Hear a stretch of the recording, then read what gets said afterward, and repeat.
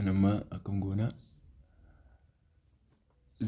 we have to write it the form of matrix coefficient isaanii tana fudhannaa jechuudha. Coefficient isaanii tana yeroo fudhannu maali 2 asitto 4 and also 3 5 kanammoo dot jenneetini result isaanii kana result isaanii bu'aa isaanii kan akka barreessinaa jechuudha. Asinoo sadii jenneetini bifa kanaan barreessina.